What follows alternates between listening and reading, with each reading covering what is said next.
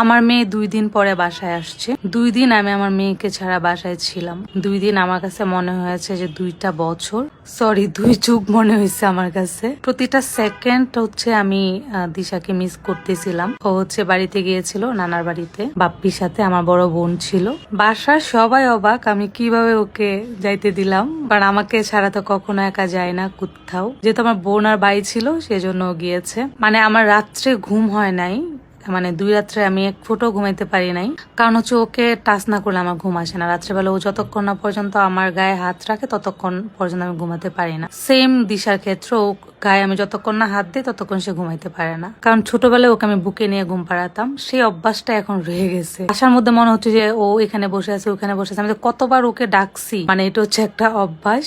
যাই হোক, 2 দিন পর আমার মেয়ে আসছে, আমি তো অনেক হ্যাপি। আর সে নানা বাড়িতে কয়দিন কি কি করছে না করছে সব এসে আমাকে বলতেছিল। সব কাজিনরা ছিল, আমার বোন, কাজিন বোন, ওর কাজিন, সবাই ছিল। দিশা অনেক মজা করে আসছে, যদিও শর্ট টাইম ছিল।